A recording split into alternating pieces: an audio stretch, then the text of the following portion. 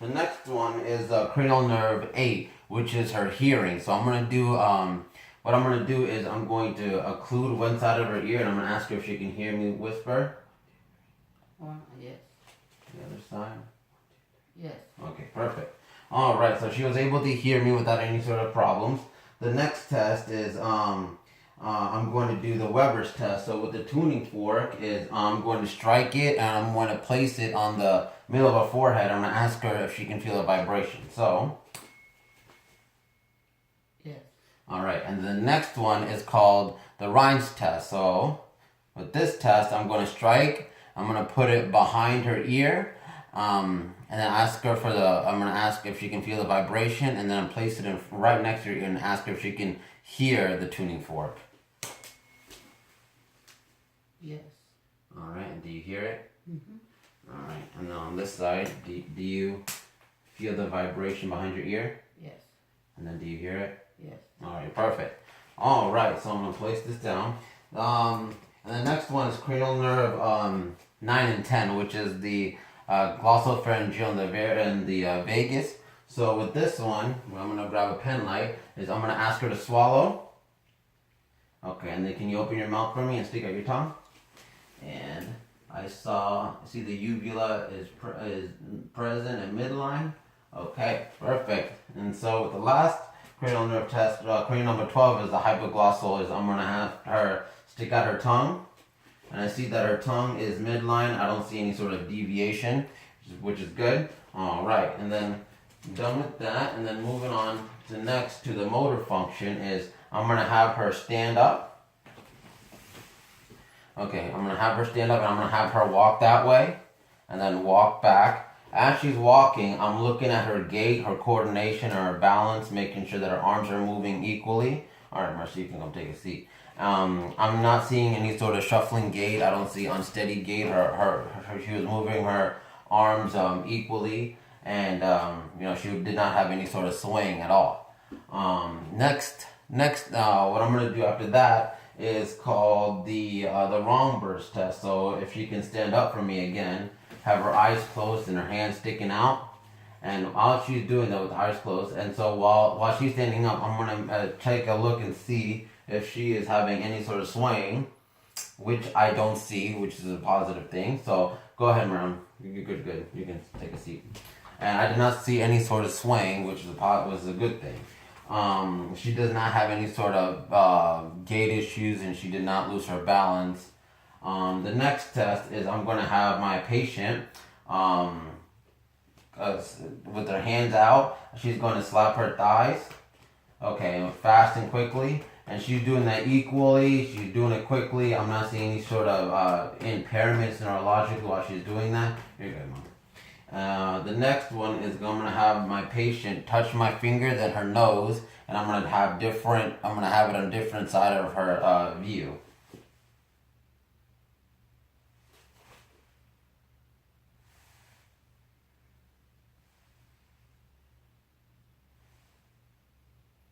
All right, perfect. Okay, and the next is I'm going to have my patient run her shin along or her heel along the shin of her on her leg, on the other leg. There you go. Perfect. All right. After that is I'm gonna have superficial touch and superficial pain. With the touch, I'm going to have her eyes closed and I'm going to ask her if she feels me with the soft part of this Q-tip. So go ahead and close your hands and stick out your hands for me. Okay, tell me if you feel the soft side. Soft. Do you feel it? Mm-hmm. Soft. And then this side? Soft. Okay, and then this side? Sharp. Perfect. Okay, so she was able to feel both the sharp side and the soft side of the Q-tip. Moving on down is going to be a series of testing here. Is the vibration sensory function, where did my tuning fork. With my tuning fork, I'm going to strike, and I'm going to put on her bony prominences, and I'm going to ask her if she feels the vibration of the tuning fork. So, Mom, close your eyes for me, and stick out your hand. Okay. Tell me if you feel the vibration. Yes.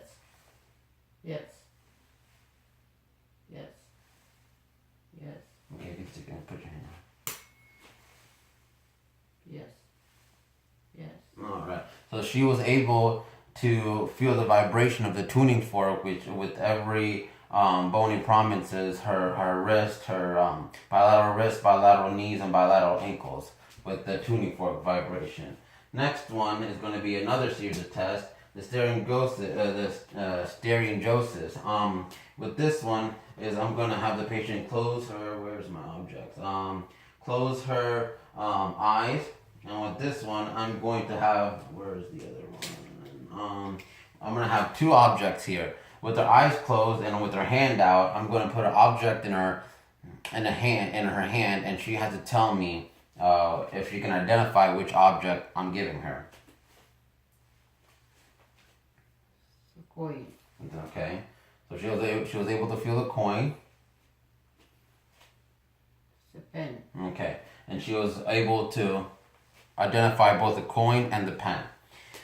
Next test here afterwards is called the gravesthesia. But with this one, I'm gonna make sure that my patient's eyes stay closed, and with this one, I'm going to, with this object here, and with her hand out, sticking out, I'm gonna write a number on her palm of her hand, and she has to tell me which number I wrote on her hand. 11. 0. Perfect. And she was able to identify which numbers I used. Next one is called the point location. So I'm going to have her make sure her eyes are closed, and I want her to identify which side of her body I touched her at. Right arm. Right leg.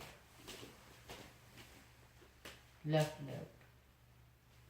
Left arm. All right. Okay, and the next one is called the 2-point discrimination.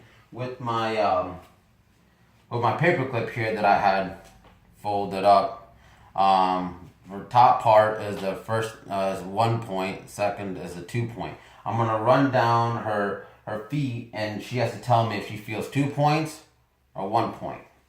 Okay, so make sure your eyes are closed.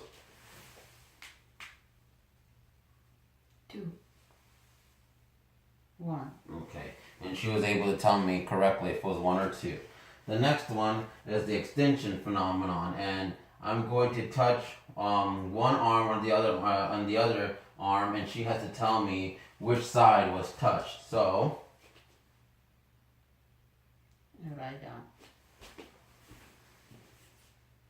Left arm. okay, which is, she was able to tell me that correctly. And the next one is sort of a test of her reflexes, which first I'm going to start with a brachioradialis. And this, I'm taking a look at her thumb.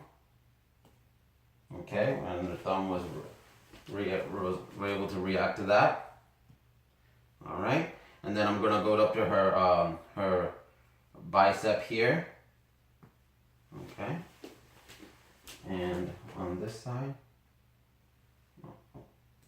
Okay, and then I'm gonna go down to her tricep area here.